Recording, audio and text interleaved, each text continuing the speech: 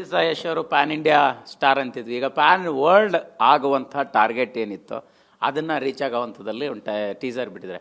Teaser ಬಗ್ಗೆ ಸದ್ಯಕ್ಕೆ ಬರ್ತಾ ಇರೋಂಥ ಅಭಿಪ್ರಾಯಗಳನ್ನು ನೀವು ಹೆಂಗೆ ಗಮನಿಸ್ತಾ ಇದ್ದೀರಿ? ಅಂದರೆ ಕನ್ನಡದ ಸಿನಿಮಾ ಪ್ರೇಕ್ಷಕರಿಗೆ ಅದೆಲ್ಲ ಒಂದು ಕಡೆ ಒಂದಿಷ್ಟು ಭಿನ್ನಾಭಿಪ್ರಾಯಗಳನ್ನು ತರ್ಬೋದು ಅಂತ ಅನ್ನಿಸ್ತಿದೆಯಾ, ಹೇಗೆ ಅಂತ? ಕನ್ನಡ ಪ್ರೇಕ್ಷಕರು ಫಸ್ಟ್ ಇಷ್ಟ ಬೀಳ್ತಾರೆ, ಭಿನ್ನಾಭಿಪ್ರಾಯ ಅಲ್ಲ. ಅದೇ ಮಾಮೂಲು, ಅದೇ ಫೈಟು, ಅದೇ ಹಾಡು ಅಲ್ಲ, ಇದಲ್ಲ.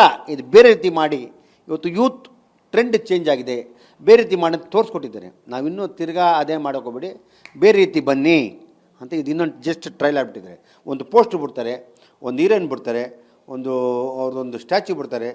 ಒಂದೊಂದು ಬಿಟ್ಟಾಗ ಒಂದೊಂದು ಕ್ಯೂರಿಯಾಸಿಟಿ ಕೊಡ್ತದೆ, ಬೇರೆ ಒಂದೊಂದು ಬಿಡೋಲ್ಲ. ಇದು ಮಾಮೂಲು ಸಿನಿಮಾಗಳ ಥರ ಬೇಡ, ಇನ್ನು ಮುಂದೆ ಥರ ಬೇರೆ ಥರ ನೋಡಿ. ಒಂದು ಕಾಲದಲ್ಲಿ ಬರೀ ಒಂದು ಕುಟುಂಬ ಇತ್ತು, ಈ ಕುಟುಂಬ ಅಲ್ಲ, ಪ್ರಪಂಚ ನೋಡಿ ಅಂತ ಇದು ಬಿಟ್ಟಿದ್ದಾರೆ. ಕನ್ನಡದವ್ರಿಗೆ ಹೆಮ್ಮೆ ಖುಷಿ ಇಡೀ ಕರ್ನಾಟಕದಂತೆ, ನಾಟ್ ಓನ್ಲಿ ಕರ್ನಾಟಕ, ಸೌತ್ ಇಂಡಿಯಾದಲ್ಲಿ ಯಶ್ ಅಂದರೆ ಒಂದು ಗೌರವ ಇತ್ತು ಒಂದು ಕಾಲದಲ್ಲಿ.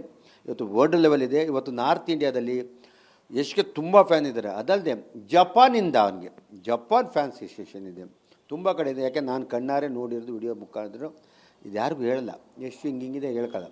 ಅವ್ರದ್ದೊಂದು ಟೀಮ್ ಇದೆ, ಆ ಟೀಮ್ ಜೊತೇಲಿ ಸಾಥ್ ಕೊಟ್ಕೊಂಡು ಜೊತೇಲಿ ಹಂಗೆ ಮಾಡ್ಕೊಂಡು ಹೋಗ್ತಾರೆ. ಹ್ಯಾಟ್ಸ್ ಆಫ್ ಟು ಕರ್ನಾಟಕ ಜನತೆ. ನಮ್ಮ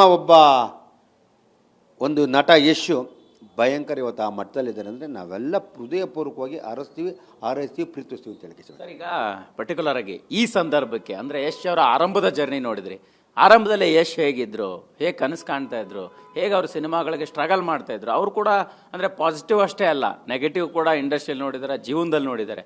ಆ ರೀತಿಯ ಅಂಶಗಳನ್ನು ನೀವು ಹೇಳೋದಾದರೆ ಹತ್ತಿರದಿಂದ ಕಂಡಂಥ ತುಂಬ ರಿಸ್ಕ್ ತೊಗೊಂಡಿದ್ದೆ ಯಶ್ನ ನಾನು ಈಗ ನೋಡೋಕ್ಕಾಗಿರಲಿಲ್ಲ ಅನ್ನೋಂಥ ಘಟನೆಗಳನ್ನು. ಒಂದು ಕಾಲದಲ್ಲಿ ಎಷ್ಟು ಇಂಟರ್ವ್ಯೂ ನೋಡಿದ್ದೆ, ಬಸ್ ಸ್ಟ್ಯಾಂಡಲ್ಲಿ ಮಲಗಿದ್ದು ಕೇಳಿದ್ದೆ, ಊಟ ಅಲ್ಲದಲ್ಲಿ ಮಲಗಿದ್ದು ಕೇಳಿದೆ. ಇವತ್ತು ಅವನಿಗೆ ಯಾವ ರೀತಿ ಊಟ ಬೇಕೋ ಇದ್ರೂ ಊಟ ಮಾಡಲ್ಲ. ಬಾಡಿ ಮೇಂಟೈನ್ ಮಾಡೋದು, liquid maintenance is not ordinary. ಎಷ್ಟೋ ತೊಗೋಬೋದು, ಅದನ್ನು ಉಳಿಸ್ಕೋದು ಇದೆಲ್ಲ ಗ್ರೇಟ್.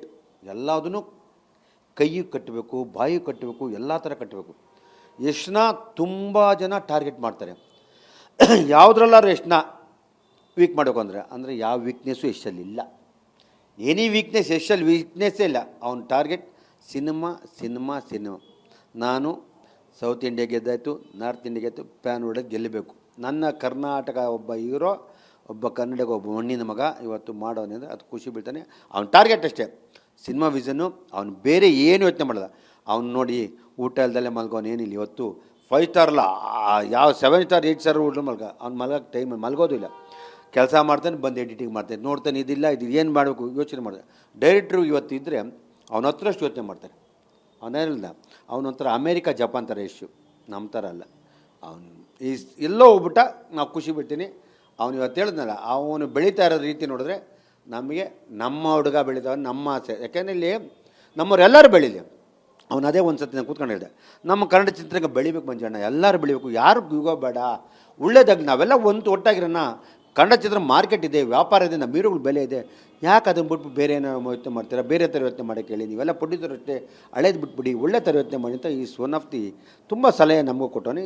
ಅವನಿಗೆ ಆ ವಿಷನ್ ಇದೆ, ನಮ್ಮ ಕನ್ನಡ ಚಿತ್ರ ಇನ್ನೂ ಬೆಳಿಬೇಕು ಅಂತ ಆಸೆ ಇದೆ. ಸರ್, ಈಗ